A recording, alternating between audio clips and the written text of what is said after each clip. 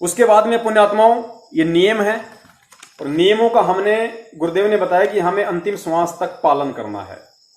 देखो डॉक्टर चाहे कितना ही अच्छा क्यों ना हो, डॉक्टर का काम होता है आपका ट्रीटमेंट करना, आपका ऑपरेशन करना। उसके बाद डॉक्टर आपको कुछ मेडिसिन देगा और कुछ नियम बताएगा कि आपने अचार नहीं खाना, आपने दही नहीं खाना, आपने ये टेबलेट्स ये आपने गोलियां लेनी है। तो डॉक्टर चाहे कितना ही अच्छा क्यों ना हो, आपके भयंकर से भयंकर रोग का वो ट्रीटमेंट कर देगा, ऑपरेशन कर देगा। लेकिन यदि ट्रीटमेंट होने के बाद, ऑपरेशन होने के बाद फिर यदि आपने उस डॉक्टर के द्वारा दी गई उन नियमों को, उन कॉन्स्टिपेशन को, उन परहेज को नहीं ठीक समय से माना, और यदि आपने उनके द्वारा दी गई उन गोलियों को, टैबलेट्स को, दवाइयों को ठीक समय पर नहीं खाया, तो पुण्यात्माओं वो बहुत अच्छा डॉक्टर होने के बाद भी आपको लाभ नहीं दे पाएगा, ऑपरेशन आपका सक्सेस नहीं होगा, बीमारी आपकी नहीं कटेगी।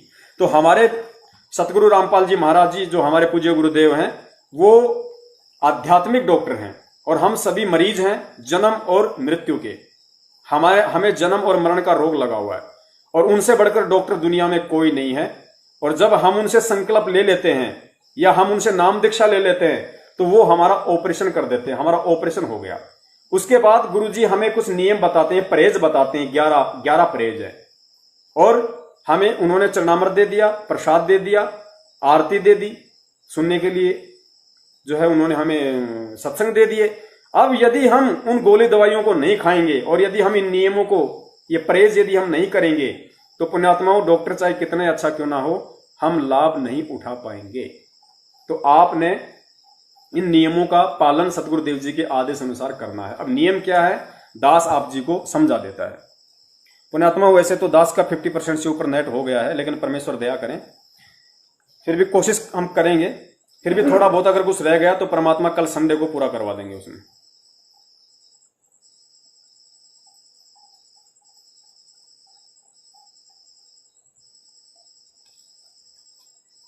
तो पुण्यात्माओं नाम दीक्षा इसमें लिखा हुआ है कि गुरु दीक्षा लेने से पहले आवश्यक नियम जिनका आपने अंतिम श्वास तक पालन करना है। अब पुण्यात्माओं हमें कैसे पालन करना है, हमें कैसे अपने गुरु को भगवान मानना है, गुरुदेव ने एक 9-10 मिनट के सत्संग के माध्यम से इस चीज को समझाने का पूरा प्रयास किया। ये नई पुण्यात्माओं के लिए विशेष वीडियो है। जो पुण्यात्माएं नाम दीक्षा ले चुके हैं, भले सार नाम ले लिया हो, और जो ये वीडियो देख रही हैं उनके लिए भी अति विशेष है, अति आवश्यक है। क्योंकि बिना सत्संग के ही हम मार खाते हैं, चाहे सार नाम क्यों ना ले लिया हो। अगर सत्संग हम गुरुदेव के नहीं सुनते हैं तो हम मार खा ही जाएंगे, काल का दाव लग ही जाएगा।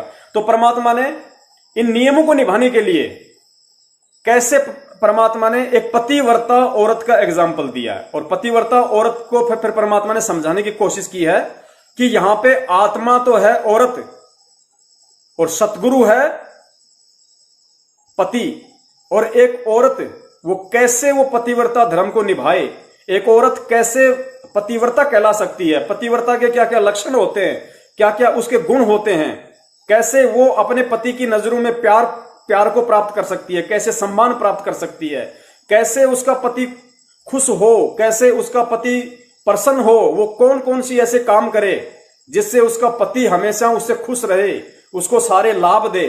तो पुण्यात्माओं वो परमात्मा ने आत्मा और परमात्मा के एग्जाम्पल को देते हुए, यानी सांसारिक लोक में एक पतिव्रता औरत के ऊपर गुरुजी ने 9 मिनट का ये सत्संग किया है।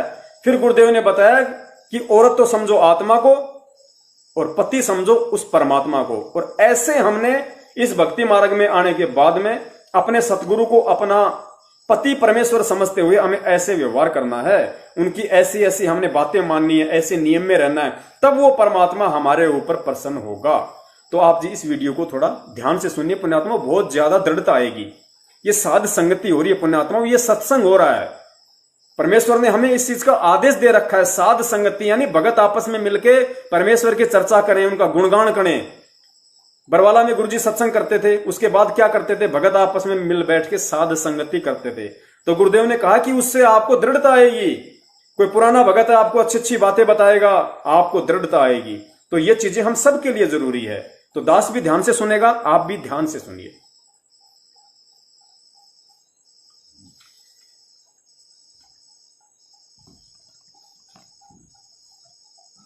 जिस पति को अपनी पत्नी पर शंका हो जाती है तो वो उनमें फिर प्रेम नहीं रहता। और जो पतिव्रता स्त्री है, उसका पति अपने सामर्थ्य के अनुसार उसकी पूरी सुरक्षा करता है, पूरी सुविधाएं देने की चेष्टा करता है। ठीक इसी प्रकार हम आत्माएं, ठीक इसी प्रकार हम सभी आत्माएं उस एक ही परमात्मा की हैं, वो हमारा पति है, सबका मालिक है। पति मीन मालिक, स्वामी, वो हमारा पति है। और हम जब तक उसमें पतिव्रता की तरह आस्था नहीं बनाएंगे, तब तक वो हमारी मदद, हमारी सहायता नहीं पूरी नहीं करेगा। जब हम पतिव्रता की तरह उसके, एक पतिव्रता का अर्थ है कि जैसे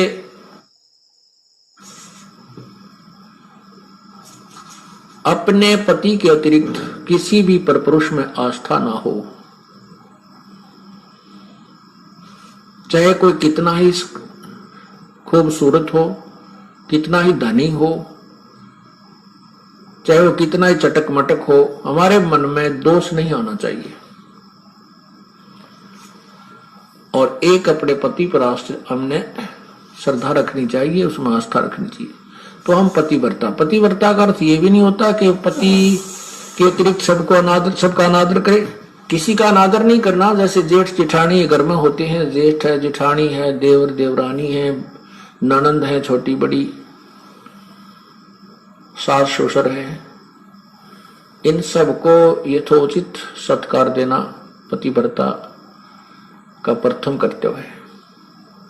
लेकिन जो समर्पण अपने पति में होता है वो किसी में नहीं हो सकता, नहीं होना चाहिए। तो हम पतिव्रता है। तो उस ऐसे ही जब हम कबीर परमेश्वर के चरणों में आते हैं, हमें ज्ञान होता है, तो हम अपने परमेश्वर के अतिरिक्त किसी के से अपनी मनोकामना पूर्णा की तरफ सपने में भी नहीं सोचेंगे, तो हम पतिव्रता है। ठीक है, हमारे कोई जैसे ब्रह्मा विष्णु महेश, देवता ऋषिजन संतजन कोई भी है, आदरणीय है, लेकिन पूजनीय नहीं है। जैसे पतिव्रता को अपना पति पूज्य होता है, उसी से को समर्पण करती है, तो वो समर्पण वो किसी को नहीं कर सकती, लेकिन आदर सबका करती है, वो आदरणीय है। इस भाव से जब हम प्रभु के चरणों में लगेंगे, तब परमात्मा हमारी सभी मनोकामनाएं पूर्ण करेगा। जब हम पतिव्रता हो जाएंगे इसके प्रति, किसी भी देवता से, किसी इष्ट से, किसी भी भूत प्रेत से या कोई झाड़े लानियों से हमारी कोई लिंक नहीं रहेगा, बिल्कुल सोचा नहीं सपने में। और फिर इस समर्थ के सहारे हम लगेंगे, तब ये हमें कितने सुख देगा। जब जो पतिव्रता जमी पर जो जो धर है पाव, समर्थ झाड़ू देत है ना काटा लग जावे। जैसे पतिव्रता स्त्री कहते पानी को चलेगी पानी भरने के लिए, अर्थात अपने जीवन रूपी सफर में वो चलती है। आत्मा जो केवल एक इष्ट पूर्ण परमात्मा कबीर जी पर आश्रित है, उसके जीवन रूपी सफर में, जीवन रूपी रास्ते, यात्रा में, यात्रा के मार्ग में वो परमात्मा समर्थ भगवान कबीर परमात्मा ऐसे झाड़ू देता है। झाड़ू बिन हमारे आने वाले जीवन में जो संकट हो, पाप कर्म रूपी कांटों को वो साफ करता रहता है कि कहीं मेरी आत्मा को पीड़ा ना लगे, कोई दुख ना हो जाए। अब आपको थोड़ा सा परमात्मा की महिमा सुनाते हैं, पतिव्रता कैसे होनी चाहिए, अर्थात हम प्रभु पर कैसे आश्रित हों। ग्रीव सुकर्मी पतिव्रता सो आन उपावन मूल, एक पुरुष से परस है पतिव्रता समतूल। पतिव्रता का निष्कर्ष बताता हूं आन उपावन मूल, बिल्कुल भी किसी और की पूजा नहीं करे, वो पतिव्रता आत्मा होती है। एक पुरुष, जैसे इसमें दोनों ही पहलुओं पर विवरण दिया है, जैसे स्त्री अपने ही पति एक ही पुरुष पर आश्रित रहे, ऐसे ही आत्मा एक पुरुष यानी एक परमात्मा पर आश्रित रहे, कबीर भगवान पर। पतिव्रत शुक्र में सो जानिए, एक पुरुष से रात, निर्दाव निर्भरता ना दूजे से बात। अपने मनोरथ पूर्णा के लिए वो किसी अन्य पुरुष से बात, किसी अन्य भगवान की इच्छा नहीं करती, वो पतिव्रता होती है। गरीब सवाल सुकुन किसको कहे, पतिव्रता सो नार, हुक्म अदूर न मेटा ही, सो पतिव्रता पार। देखो कितनी गहराई से बता रहे हैं, केवल यही एक लक्षण नहीं है पतिव्रता का। क्या बताते हैं कि पतिव्रता तो हो गई, अच्छी बात है, लेकिन पति कहता है वहां नहीं जाना और वो वहां अवश्य जाती है। पति कहता है ये काम नहीं करना और उसको करती है, तो वो भी पूर्ण पतिव्रता नहीं है। इसमें यही समझाना चाहे, जैसे हम संत आपको आदेश देता है गुरुदेव के बेटा चोरी नहीं करना, बीड़ी नहीं पीना, मांस नहीं खाना, सिनेमा नहीं देखना, ब्याज नहीं लेना, और आप वैसे तो कबीर परमात्मा के अतिरिक्त किसी को नहीं मान रहे हो और ये मर्यादा पालन कर नहीं रहे, तो भी आप पार नहीं हो। क्या बताते हैं, सवाल सुखन किसको कहे, पतिव्रता सो नार, हुक्म अदूल न मेट ही, सो पतिव्रता पार। आदेश की उल्लंघना नहीं करती है, वो पतिव्रता ही पार होगी, वही आत्मा पार होगी। गुरु वचन निश्चय कर मन, पूरे गुरु की सेवा ठान।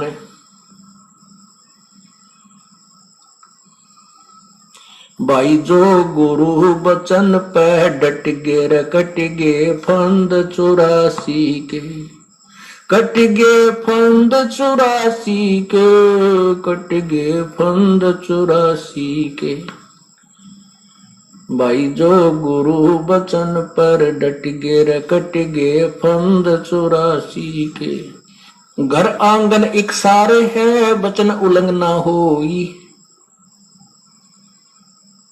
घर आंगन इकसार समझे, पतिव्रता अपने घर में रहे चाहे बाहर रहे, उसके हाव भाव, उसका चलना बैठना उठना बोलना ऐसा ही रहे जैसे वो घर में रहती है, बाहर भी एक जैसा ही व्यवहार करे और वचन उल्लंघन ना करे।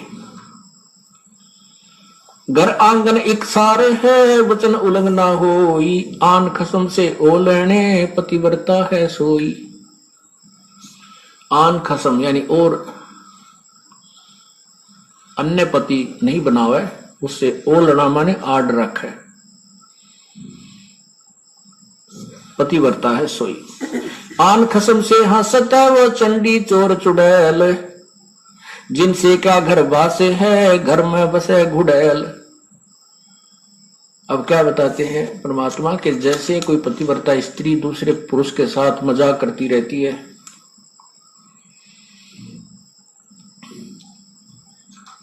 तो उससे दुर्भावना पूर्ण करती है, तो उसमें दोष है। वो कहते हैं वो तो एक भूतनी बसे घर में, और उससे क्या घर, जिनसे क्या घर बास है, घर में बसे गुड़ैल। ऐसे ही ये पतिव्रता यहाँ आत्मा की तरफ ज्यादा संकेत है। परमात्मा कहते हैं कि मुझे ऐसे ही अच्छे नहीं लगोगे यदि तुम ऊपर से तो कबीर साहब करते हो, अब कबीर पंथी हैं, कबीर साहब के मानने वाले, अंदर से सारे देवताओं की पूजा करते रहते हो। आन खसम से हंसत है वो चंडी चोर चुड़ैल।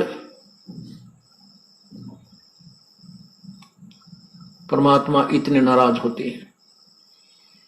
कहते हैं परमात्मा 100 वर्ष सतगुर की पूजा, एक दिन आन उपासी।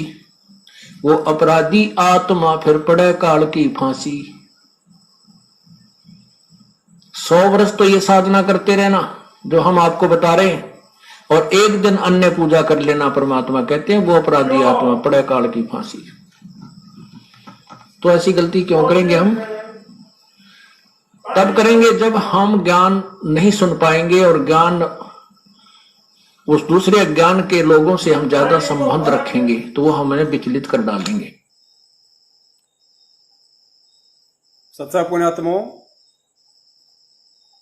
परम पूज्य गुरुदेव सतगुरु रामपाल जी महाराज जी ने हमें कितनी अनमोल बात बताई है। एक पतिव्रता का उदाहरण देकर आत्मा और परमात्मा के विषय की बात बताई है कि किस तरीके से हम नाम दीक्षा लेने के बाद सतगुरु के प्रति समर्पित रहे। अन्य किसी भी गैर पुरुष अर्थात किसी भी देवी देवता साधु संत में सौपन में भी हमारी कोई आस्था नहीं होनी चाहिए और हम वही कर्म करें जो हमारे परम पिता परमेश्वर अर्थात सतगुरु को प्रिय हों, तो हम उन्हें प्रिय लगेंगे।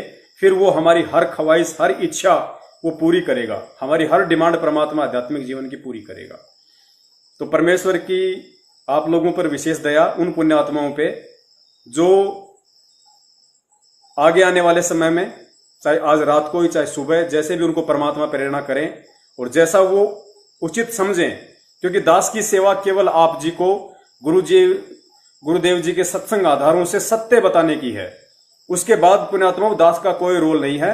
आप जी को यदि सत्य लगे और उचित लगे तो आप जी संकल्प नाम दीक्षा को अपनाना, यदि आप इतना विश्वास कर सको तो। अन्यथा कोई दबाव नहीं है, किसी प्रकार का कोई प्रेशर नहीं है पुण्यात्माओं, ये आपके अपने विवेक के ऊपर है। दास केवल आप जी को परमात्मा से जुड़ने की विधि बता रहा है, उनका विधान बता रहा है। इसमें ना दास का कोई स्वार्थ है और ना ही आप जी को कोई स्वार्थ होना चाहिए। विवेक बुद्धि के साथ में आप जी ने फिर अपने आध्यात्मिक यात्रा को जारी रखना है। हाँ, सहयोग हम भक्तों का रहेगा। यदि कोई चीज समझ में नहीं आती है और परमेश्वर ने यदि हमारे ऊपर दया कर रखी है तो हम उस चीज को समझाने में साध संगति के तहत इस लाइव प्रोग्राम में हर शंकाओं के समाधान के लिए सतगुरुदेव जी की तरफ से तैयार रहेंगे। तो आगे गुरुदेव ने जो नियम बताए हैं वो कितने कंपलसरी हैं। अब जो नियम है प्रथम, इसमें गुरुदेव ने बताया कि गुरु दीक्षा लेने से पहले आवश्यक नियम जिनका आपने अंतिम श्वास तक पालन करना है। नंबर 1 है हुक्का, शराब, मांस, तंबाकू, बियर, सिगरेट, हुल्ला सूंघना, अंडा, सुल्फा, अफीम, गांजा और अन्य नशीली वस्तुओं का सेवन तो दूर रहा, किसी को नशीली वस्तु लाकर भी नहीं देनी है, क्योंकि बुराई करना व उसमें सहयोग देना दोनों ही महापाप हैं और भक्ति मार्ग में विष के समान हैं। ये गुरुदेव का प्रथम नियम है। यानी सतगुरु से उपदेश लेने के बाद, चाहे वो संकल्प नाम दीक्षा से जुड़े चाहे नाम से जुड़े, उसके बाद उस आत्मा के लिए प्रथम नियम है उस आध्यात्मिक डॉक्टर की तरफ से कि आपने नशे पते से बिल्कुल दूर रहना है, चाहे किसी भी प्रकार का नशा क्यों ना हो। आपने नशा करने वाले व्यक्ति का सहयोग भी नहीं करना है। यदि आपने ऐसा किया तो ये आपके सतगुरु के वचन की उल्लंघना हो जाएगी और परमात्मा से आपका जो कनेक्शन जो आपने जोड़ा है वो टूट जाएगा, आपको लाभ नहीं मिलेगा। फिर आपको अपना प्रारब्ध ही मिलता रहेगा जैसा कि आपके भाग्य में है। पुण्यात्माओं, सबसे पहला नियम जो परमात्मा ने बताया तो इसकी उपयोगिता भी बहुत ज्यादा है, क्योंकि नशा इस भक्ति मार्ग में सबसे ज्यादा बाधक है। गुरुदेव ने एक सत्संग में बताया कि हमारी जो नाड़ी होती है इला और पिंगला, जो ये नासिका होती है, एक इंगला एक होती है पिंगला, एड़ा और पिंगला। फिर यहां जो नाक की जो हड्डी है, गुरुदेव ने बताया कि यहां तो ये तो मांस है, यहां चल के जो हड्डी है जहां से नाक शुरू होता है हड्डी शुरू होती है, तो इस हड्डी के बीच में यहां पे एक सुराग और है, उसको बोलते हैं सुषुम्ना द्वार। उसको गुरुदेव ने सुषुम्ना द्वार बताया।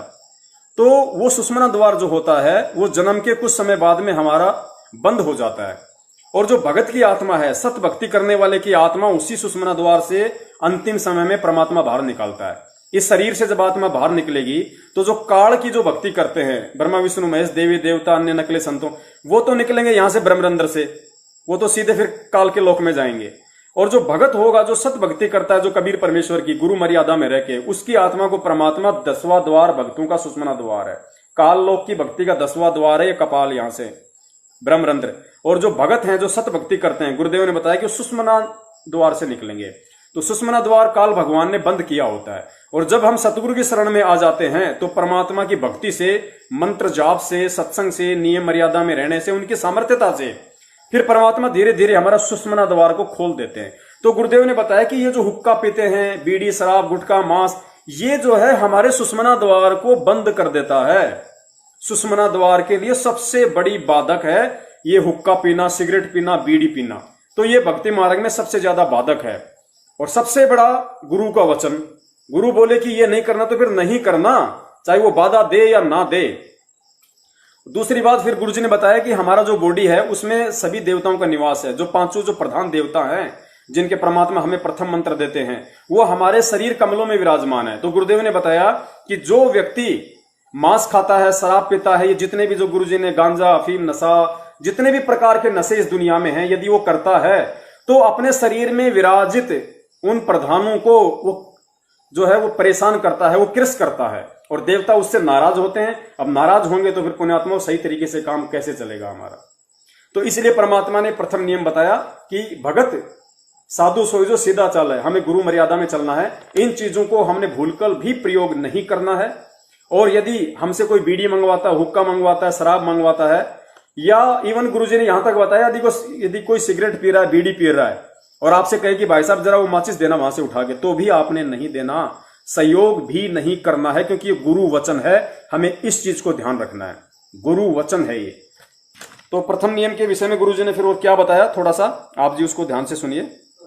एक नंबर के विषय में, जो नियम के विषय में, इसलिए परमात्मा हमारे विकार छुड़वाते हैं। कबीर परमात्मा की रजा बिना ये प्राणी कोई भी विकार नहीं त्याग सकता और इन विकारों को ग्रहण बहुत शीघ्र कर लेता है। आप देखो हुक्का, तंबाकू, ये क्या लाभ देता है, सबको पता है, पीने वाला भी कहता है कि बहुत बुरी चीज है। हुक्का, तंबाकू, सिगरेट, बीड़ी, जहां भी जिस भी माध्यम से तंबाकू का सेवन होता है, ये सभी मानते हैं कि ये अच्छी वस्तु नहीं है, फिर भी पी रही है और छोड़ने की प्रार्थना करते हैं तो कहते हैं हमारे बस की बात नहीं, हम नहीं छूटती, छोड़ नहीं सकते। ये मन नहीं छोड़ने देता क्योंकि इसने तो इसमें अपना माल तैयार करवाना है, इस प्राणी को बर्बाद करना है। कबीर परमात्मा की रजा होने के बाद ये प्राणी इन विकारों को छोड़ सकता है। ये मन कबीर परमेश्वर से डरता है, हिचकता है, उसकी कृपा से ही ये जीव को छुटकारा देता है। ऐसे ऐसे शराबी लोग और ऐसे हुक्का पीने वाले, चैन स्मोकर, सिगरेट पीने वाले, वो कहा करते थे कि आपके शरण में आने से पहले प्रभु कबीर जी की कृपा से नहीं थी जब हमारे ऊपर, हम बहुत प्रयत्न करते थे, हम भी दुखी थे शराब और बीड़ी से, तंबाकू से, हुक्के से, सिगरेट से।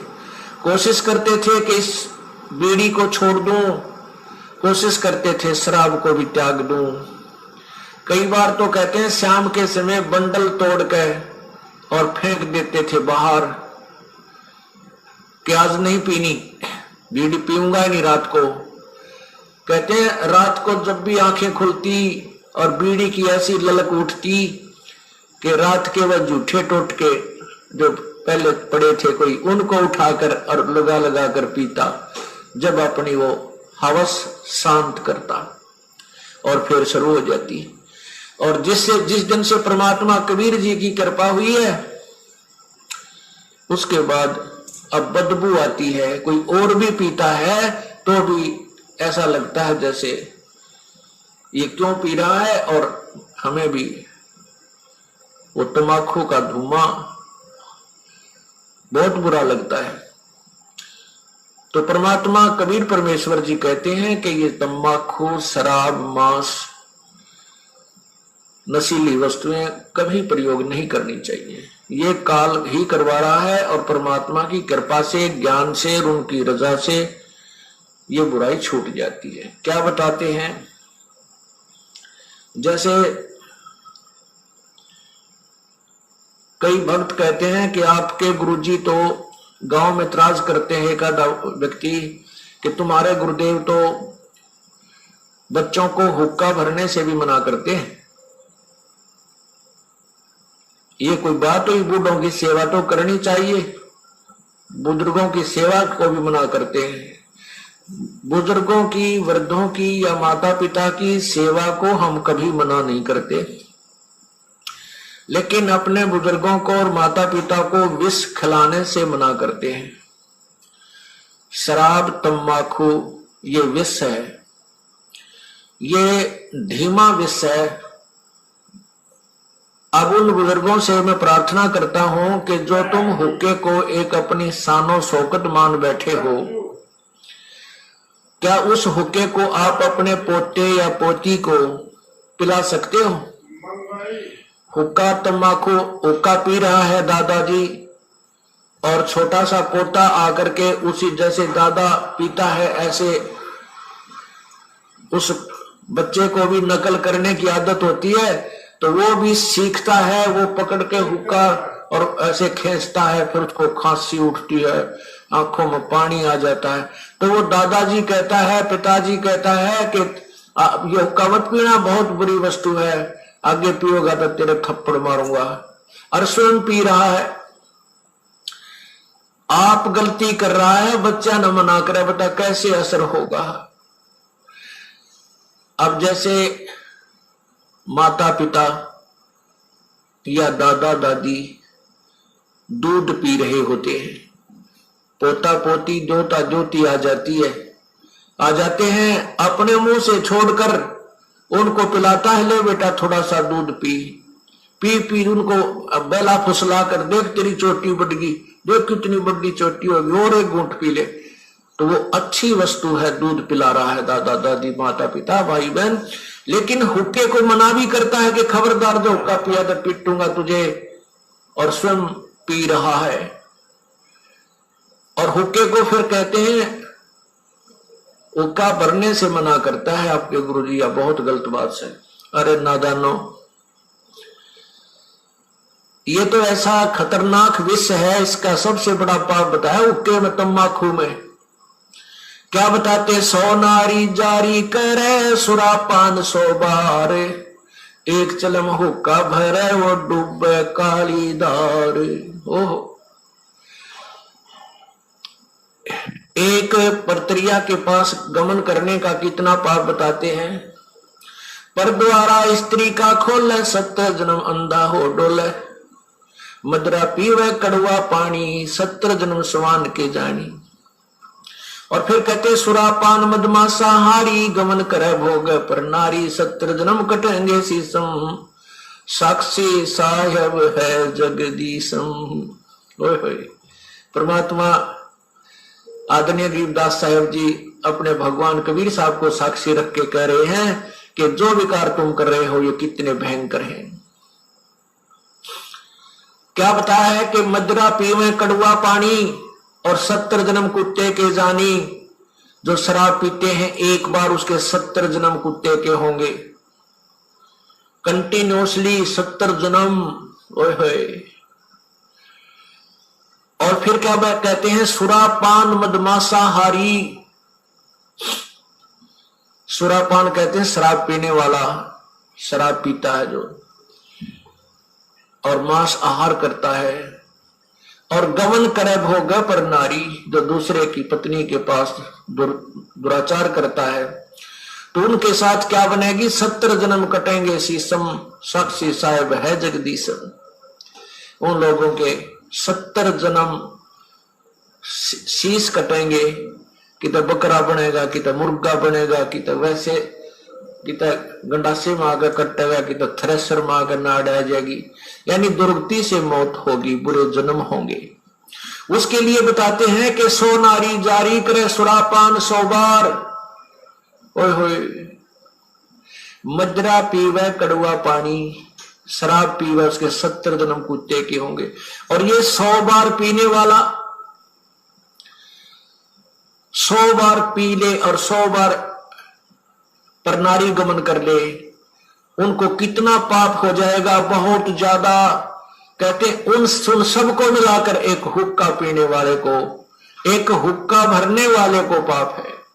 पीने वाले गेला तक के बनेगी, क्या बुरा हाल होगा उसका, जो केवल भरकर देता है, पीने का सहयोग देता है, उसकी ये दुर्गति। और पीने वाले का तो पता नहीं कितना जुल्म होगा उसके ऊपर।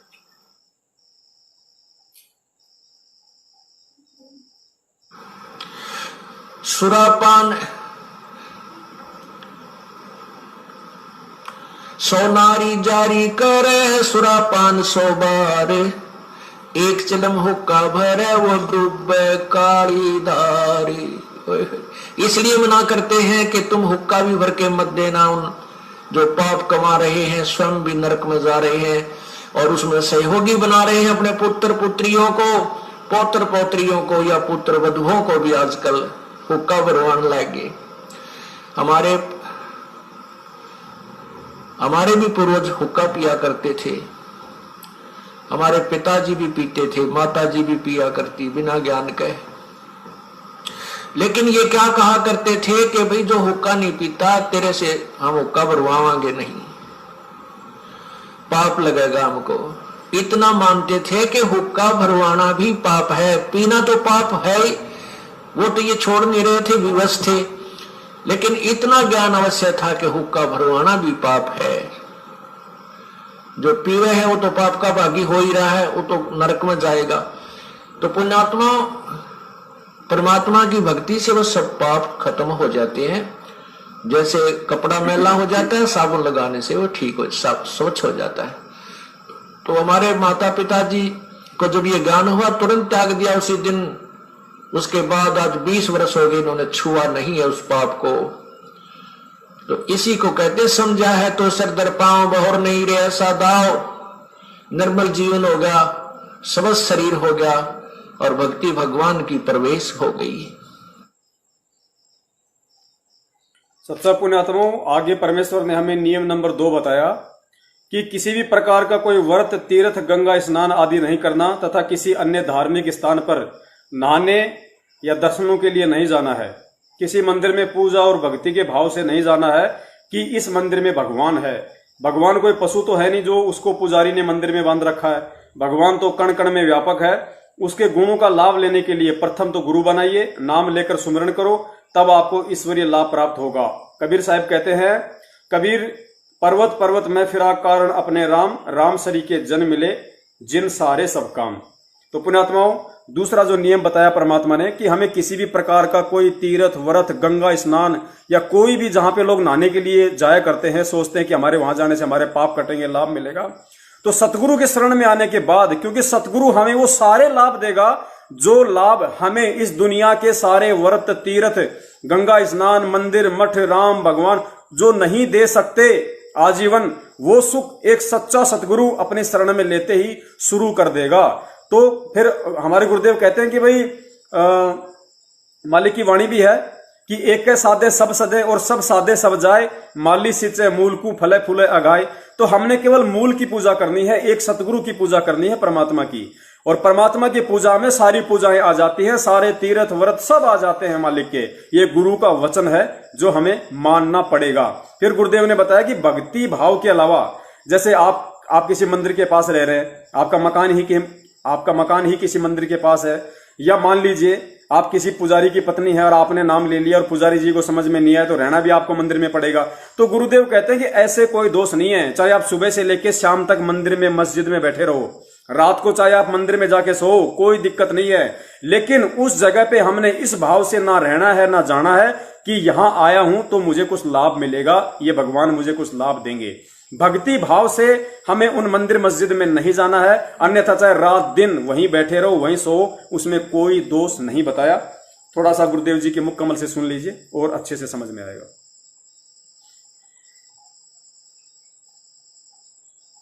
कहीं पर आप देखते हो इन भ्रमित किए हुए अज्ञानी ऋषि संतों के द्वारा के फलाने स्थान पर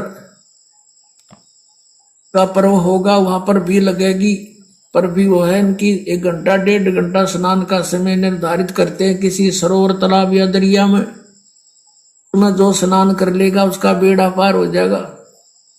ये कर रखा है ना ऐसा जुल्म। वहां बेड़ा पार नहीं, बेड़ा गर्क होता है। कैसे होता है? एक समय हरिद्वार के अंदर हर की पैड़ियों पर ये पर्व भी लगी थी। कुंभ के पर्व के ऊपर स्नान का समय निर्धारित किया था इन्होंने।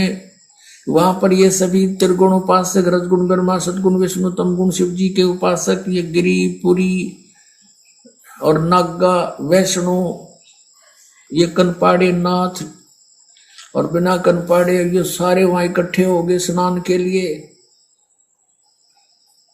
स्नान करने का जब समय आया, वहां क्या होता है, गिरी अलग ग्रुप में, पूरी अपने न्यारे ग्रुप में, नागा अलग से इकट्ठे हो जाते हैं, वैष्णव अलग से इकट्ठे हो जाते हैं। वहां से फिर स्नान करने के लिए चलते हैं अपने अपने मुखिया के पीछे। सबसे पहले नागा चले गए ऊपर भी नहाने के लिए, पर भी लेन मोक्ष प्राप्ति के लिए बेड़ा पार कराने गए थे नागा। सबसे पहले पैर की पैड़ियों पर खड़े हो गए स्नान करने के लिए। पीछे से आगे ये सतगुण विष्णु जी के उपासक वैष्णव साधु आए। उन्होंने कहा, अरे नागाओ, पहले हम स्नान करेंगे, हम सर्वश्रेष्ठ हैं, तुम बाहर आओ, अभी स्नान नहीं करना तुमने। तैयारी पकड़ रहे थे स्नान करने की। नागा कहने लगे, नहीं, हम सर्वश्रेष्ठ हैं, हम त्यागी और बैरागी हैं, हम कोई वस्त्र तक भी नहीं स्तन पर रखते, हमको नी इच्छा फिरते हैं, हम सर्वश्रेष्ठ हैं, हम प्रथम स्नान करेंगे। अब वैष्णव साधुओं ने कहा कि तुम बाहर आ जाओ नागो, तुम काहे के श्रेष्ठ हो, तुम नहाते ना धोते, राख लपेटे फिरते हो, सरड फड़ तुम टट्टी के हाथ भी नहीं धोते, और तुम काहे के श्रेष्ठ हो, बाहर आओ, हम प्रथम स्नान करेंगे। इस बात का दुख माना उन्होंने, नागाओं ने, और दोनों आपस में झगड़ा शुरू हो गया। वैष्णव साधुओं का, सतगुण विष्णु के उपासकों का, और तमगुण शिव जी के उपासक नागाओं का आपस में लठ बाज गया, झगड़ा हो गया।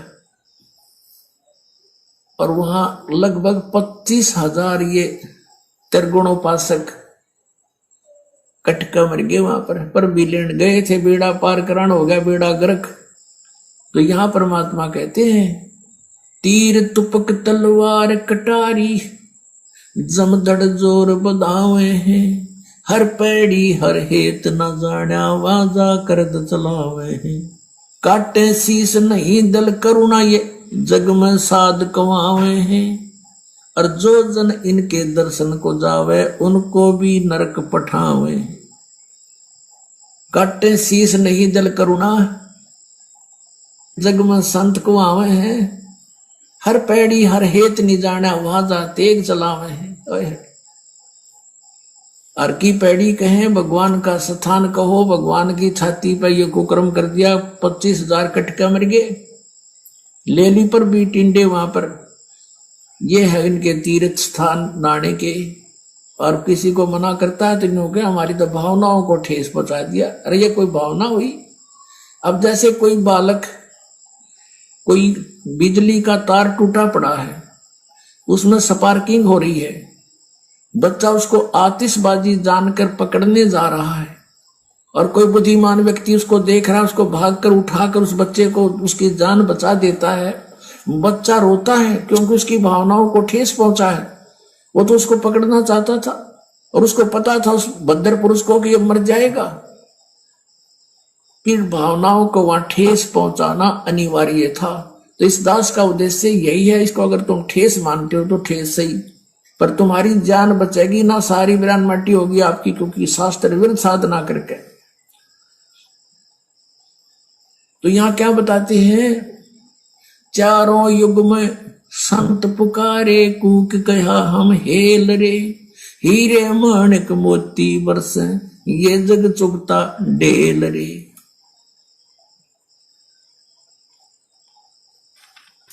तो पुण्यात्माओं, आगे परमेश्वर का नियम नंबर 3 है, यदि किसी की मौत हो जाती है तो उसके फूल आदि नहीं उठाने हैं, ना ही कोई पिंड भरवाना है, ना ही 13 माही 6 माही बरसोदी पितृ पूजा, कोई भी समाधि पूजना, श्राद्ध निकालना आदि कुछ नहीं करना है। ये 5 तत्व से बना शरीर तो एक वस्त्र की तरह है। मूल वस्तु जीवात्मा है, वह कर्म आधार पर नए शरीर में जा चुकी होती है। हम अज्ञानियों द्वारा भ्रमित होकर पीछे क्रियाएं करते रहते हैं जो व्यर्थ है। गरीबदास जी महाराज कहते हैं, देह पड़ी तो क्या हुआ, सभी झूठी सभी पटीट, और पक्षी उड़ा आकाश को चलता कर गया बीट। तो परमेश्वर जी कह रहे हैं कि यदि नाम दीक्षा लेने के बाद में यदि अपने परिवार में, घर में किसी की उपदेशी की अनुपदेशी की कोई मृत्यु हो जाती है, तो हमने वो पाखंड, वो सांसारिक, वो कर्म नहीं करने जो अज्ञानता के चलते समाज करता है। उनके फूल उठाना, फिर उनको गंगा जी में विसर्जित करना, फिर उनके पिंड भरना, फिर पंडित जी को बुला के उनके गरुड़ की कथा करवाना, फिर बाद में उसके 6 माही बरसोदी पित्र उसके श्राद्ध निकालना, आडंबर पाखंड, ये हमें नहीं करना। परमेश्वर कहते हैं कि यह शरीर तो एक वस्त्र की तरह है, मूल वस्तु जीव आत्मा है। अब जीव आत्मा ने जैसी भक्ति करी उसी आधार से वो अपने वो कर्म भोगेगी, चाहे पीछे से चाहे उस शरीर का आप कुछ भी कर लो, कुछ भी फर्क नहीं पड़ना है। पुण्यात्माओं, मूल वस्तु जीव आत्मा है। आज हम जीवित हैं, आज यदि हमें कोई थप्पड़ मारेगा, हमें कोई कील चुभाएगा तो हमें महसूस होगा, हमें दर्द होगा। कल को जब मृत्यु हो जाती है तो जीव आत्मा निकल गई, अब ये शरीर मिट्टी है, चाहे इसको गाड़ो, चाहे इसमें कील मारो, चाहे इसको हथौड़ा मारो, इसको कुछ महसूस नहीं होगा। तो मूल वस्तु जीव आत्मा थी। अब जीव आत्मा ने शरीर में रहते सहते, गुरुदेव कहते हैं, क्या कमाया, क्या भक्ति करी, कैसी साधना करी, कैसा खाया पिया, उस आधार से वो अपने कर्म लेकर गई। अब उसने वो कर्म भोगने अच्छे बुरे, और ये शरीर मिट्टी है। अब तुम इसको चाहे अज्ञानियों के कहने पे गंगा जी में डालो, चाहे कुछ भी करो, कोई फायदा किसी प्रकार का नहीं है सिवाय तुम्हारे लुटने पिटने के। सुनिए सतगुरुदेव जी के मुख कमल से।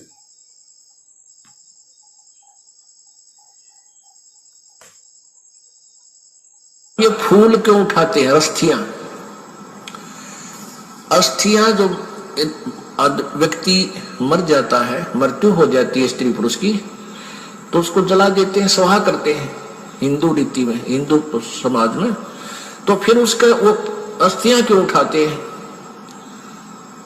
अब ये पहले जीव आत्मा जाता है तपस्या पे, मनुष्य शरीरधारी, वहां इसका बक्कल उतर ले है, इसमें से जो गंध है वो निकाल कर फिर ये भेजा धर्मराज के पास।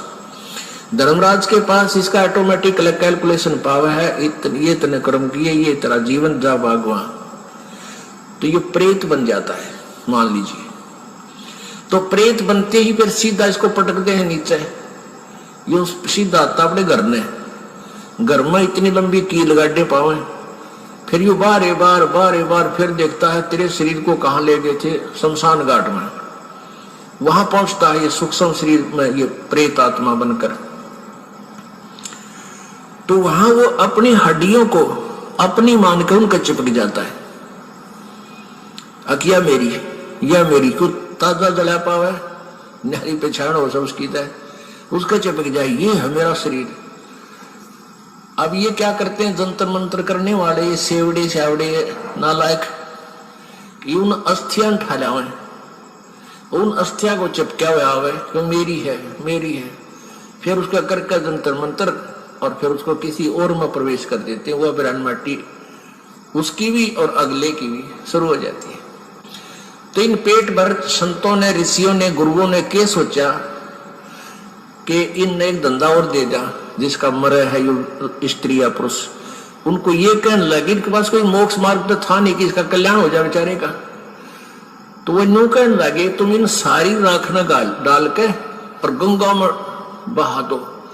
अब गंगा में, दरिया में डाले पाछे वो कितना का कितना जाएगा, उसका भूत ने बेरा पट्टा ना कौन सी तेरी थी। तो अब उनका मानना ये था उन गुरुओं का कि इस राख ने ठुआ के और दूर गिर का गंगा में, और वहां और दुकान खोल ली, वहां बैठ के पांडे कि भाई मोक्ष कराना है तुम्हारे पिता का, वहां वो जंतर मंत्र करेंगे, उनको कुछ दक्षिणा देना, उनकी फिर सेटिंग, उनके एजेंट, वो गांव गांव के ब्राह्मण, वो गुरु नकली, इन्हें बहुत जबरदस्त जाल फैला रखा था जीव ब्रह्मांडे का। तो वहां फिर ये अस्थि ठाण का प्रोग्राम शुरू हो गया। इब हमने ना तो भूत बनना, कति गारंटीड बात समझ लेना, जो ये मार्ग भक्ति का दास आपको दे रहा परमेश्वर कबीर जी का दिया हुआ है, इसका मोक्ष तो पक्कम पक्का है। मान लीजिए कोई पैर थड़स गया, किसी का रपट बिगा नहीं जा पाया, तो मनुष्य जीवन मिलेगा, और किसी अन्य योनि में नहीं जाएगा, और ना जाने कितने जन्मों तक वो मानव ही बनता रह सकता, इतने पुण्य हो जाएंगे, लेकिन होगी फिर दुर्गति आगे चल के। तो कोशिश ये करना है कि अब ये भूल ना लगे, ये बात बढ़े नहीं।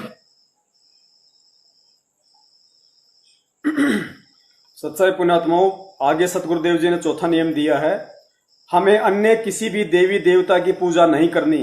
कबीर साहब कहते हैं, माई मसाणी सेठ शीतला भैरव भूत हनुमंत, परमात्मा उनसे दूर है जो इनको पूजनते। कबीर देवी देव ठाडे भये हमको ठोर बताओ, जो मुझ कबीर को पूजे नहीं उसको लूटो खाओ।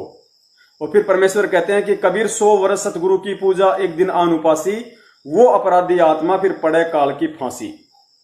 तो हमने सतगुरुदेव जी के इस वचन की पालना करनी है कि हमने इष्ट रूप में अपने सतगुरु के अलावा, कबीर भगवान के अलावा अन्य किसी भी देवी देवता की पूजा पाठ नहीं करनी है। 10 मिनट का वीडियो आप जी पहले पतिव्रता के ऊपर सुन चुके हैं।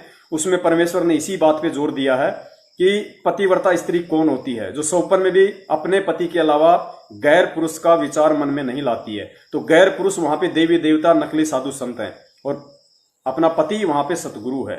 तो वही पत्नी अपने पति को भाती है, यानी वही आत्मा अपने सतगुरु को प्रिय होती है, जो उसके आदेशों में चलती है, जो उसके अलावा सोपन में भी किसी गैर का विचार अपने मन में नहीं लाती है। फिर भी सतगुरुदेव जी का सुनिए छोटा सा सत्संग।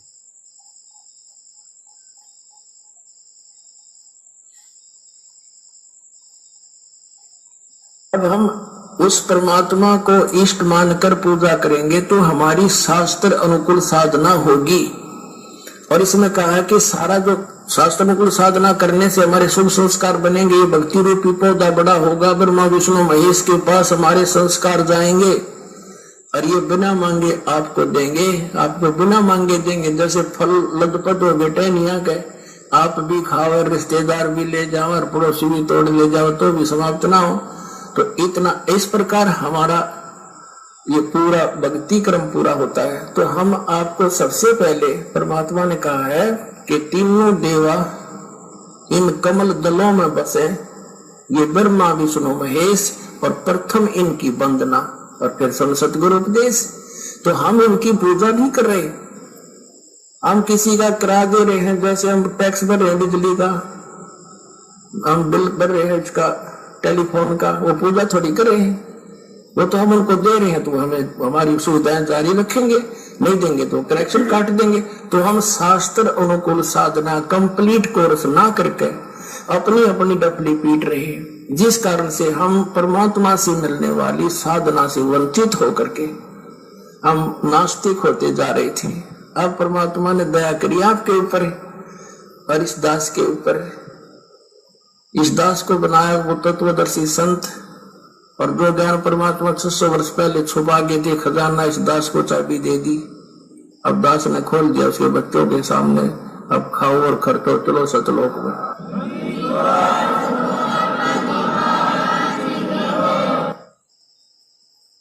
तो पुण्यात्माओं, इस नियम में हमें परमेश्वर ने समझा दिया कि हमें क्यों देवी देवताओं व अन्य किसी भी भैरव भूत हनुमान या किसी भी पितृ वगैरह किसी की कोई पूजा नहीं करनी है। केवल हमें सतगुरुदेव अर्थात कबीर भगवान की ही पूजा करनी है।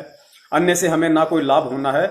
और यदि हमने ये गलती की तो सतगुरु के वचन की उल्लंघना होने से हम भक्ति मर्यादाओं से दूर हो जाते हैं। दूसरी बात, हमें परमेश्वर ने बताया कि हम कोई भक्ति छुड़वाते नहीं ब्रह्मा विष्णु महेश की, लेकिन पूजा हमें केवल अपने सतगुरु की ही करनी है, परमात्मा की ही करनी है। हमें इनकी साधना करनी है। साधना अगर करते रहेंगे तो हमें यहाँ की सुख सुविधा मिलती रहेगी, क्योंकि ये ब्रह्मा विष्णु महेश जी यहाँ के मैनेजर हैं, और परमात्मा हमें जो भी लाभ देगा वो इन मैनेजरों के माध्यम से ही देगा, क्योंकि ये व्यवस्था भी परमात्मा ने ही की हुई है। तो इसलिए परमात्मा हमें ब्रह्मा विष्णु महेश जी से लाभ लेने का वास्तविक विधि बता देते हैं। वास्तविक इनके जो मंत्र हैं वो हमें उन्होंने दे दिए। तो हमने केवल जब तक हम यहाँ रहेंगे इस शरीर में, तब तक हम केवल इनसे सुख सुविधा लेते रहेंगे, जो परमेश्वर के माध्यम से जो परमेश्वर इनको देंगे और ये हमारे को देंगे।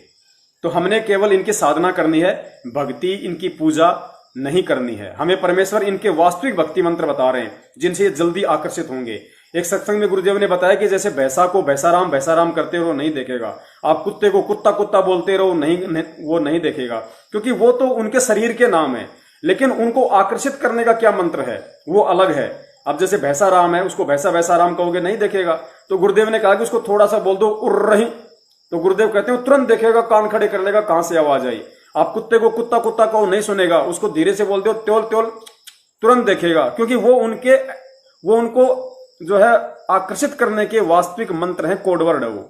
तो इन सभी देवी देवताओं के, ब्रह्मा विष्णु महेश जी के, दुर्गा के, गणेश जी के, शंकर जी के, इनके वास्तविक जो मंत्र हैं जो दुनिया नहीं जानती, ये ओम नमः शिवाय, हर हर महादेव, ओम नमः भागवते विष्णु देवाय नमः, जय गणेश, ये मंत्र नहीं है। ये तो नकलियों ने अपने मनमुखी रूप से बना रखे हैं।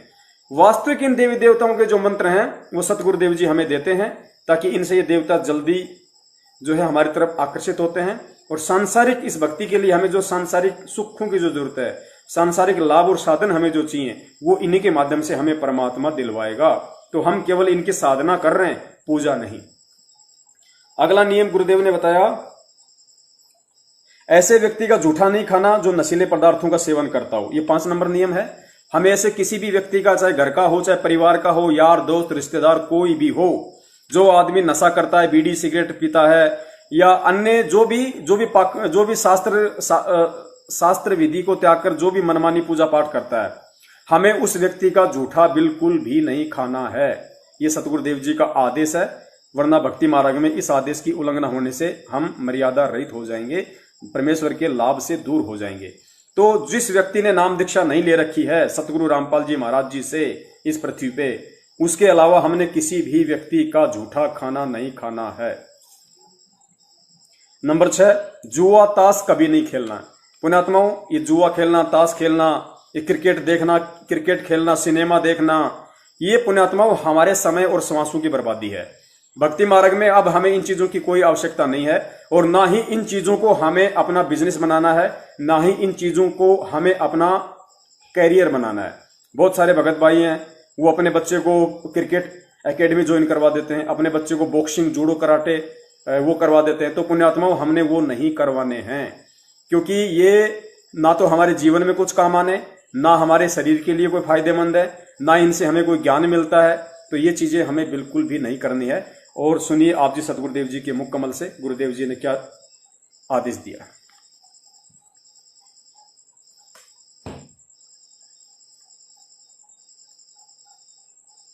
तो यहाँ बीड़ी, शराब, मांस, तंबाकू और किसी प्रकार का दहेज, बकवाद, सांग, सिनेमा, फिल्म, ये बकवाद नहीं देखनी, ये मैच नहीं देखने आपने।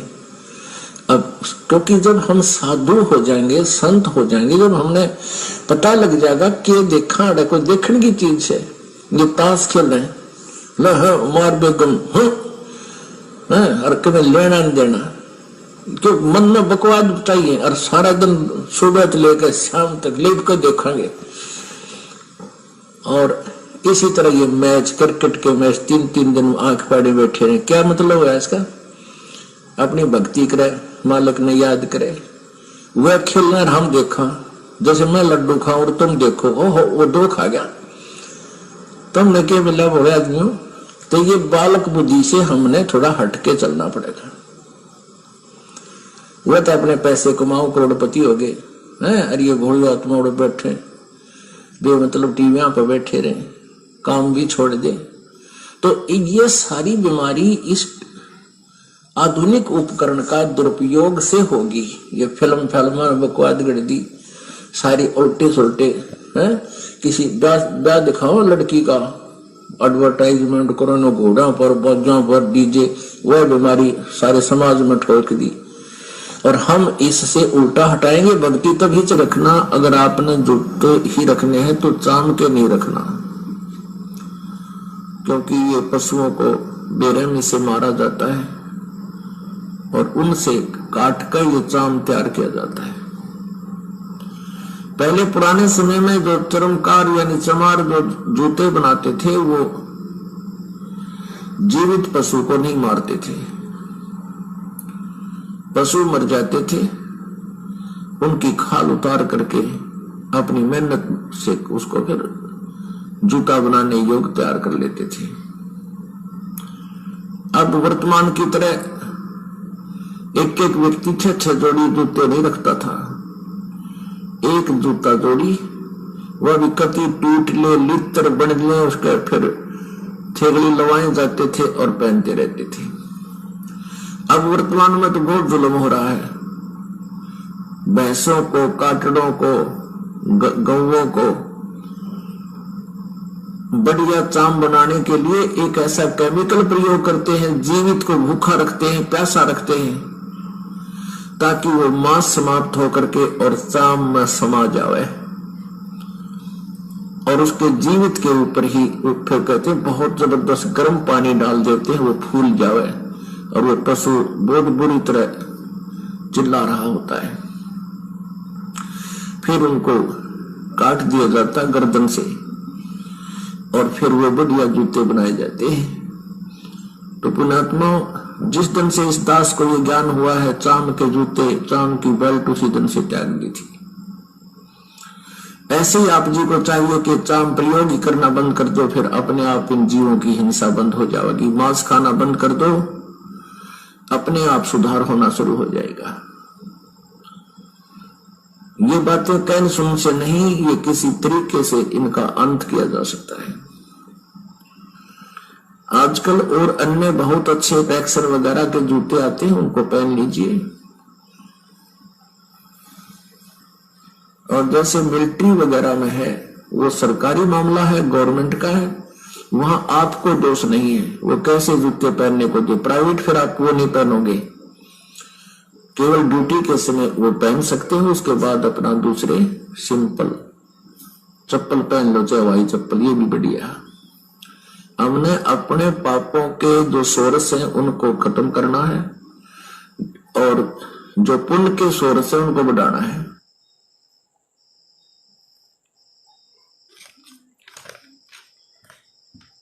पुण्यात्माओं, आगे 7वां नियम है, किसी भी प्रकार के खुशी के अवसर पर नाचना व अश्लील गाने गाना सख्त मना है। जाहिर सी बात है, हम भगत हैं, हमें बकवादों से दूर होना होगा, हमें केवल भगवान के नजदीक जाना है और भगवान के नजदीक जाना है तो हमें इन सभी बकवादों से दूर हटना पड़ेगा। तो ये ब्याह शादी में नाचना, गाना, फिल्मी गाने देखना, फिल्में देखना, ये सभी बकवादे हैं जो भक्ति मार्ग में विष के समान है और गुरु मर्यादाओं का उल्लंघन होता है। ये सबसे बड़ा पॉइंट है। इनके नुकसान तो है ही हैं, क्योंकि हमारा जो मस्तिष्क है ये एक मेमोरी कार्ड है और गुरुदेव कहते हैं हम इसमें जैसा भरेंगे वैसा ही बाहर निकलेगा।